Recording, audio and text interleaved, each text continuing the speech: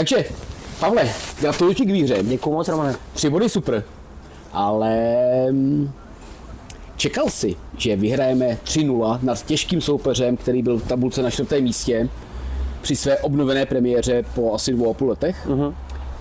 No tak 3-0 to určitě ne.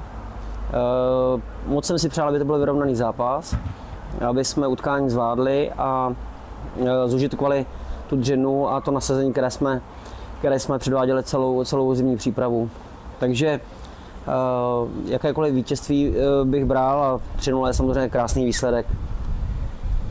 Co ten první gól? Mě to připomínalo, jak jsme dali na Euro skoro. Sice to bylo o trošičku blíž, ale jako bylo to úžasný. No, podobný princip, tak také nevydařený odkop a Ali zachoval chladnou hlavu a krásně čistě trefil odkrytou bránu, takže velký kredit. Nebyla to lehká branka. Super. Takže já si myslím, že za mě to je všechno.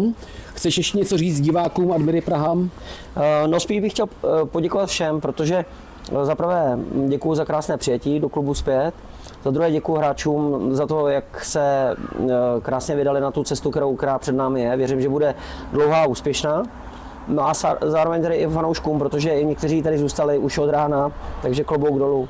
Takže je to sice první utkání, jsem moc rád, že to je výhra, ale cesta bude ještě dlouhá. Takže spíš chci popřát všem, aby s námi měli trpělivost. Chvilinku to bude trvat, než si celé to mužstvo sedne, ale určitě jsme na správné cestě. Takže děkuju, velké děkuju.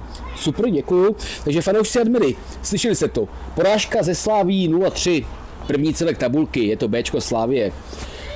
Výhra z Hostouní, která byla v tu chvíli druhá, teď byla třetí.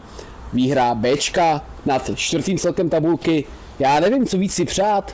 Navštivte nás na Admiře a přijďte a fanděte. Pavle, děkuju ještě jednou, gratuluju a ahoj. Díky moc.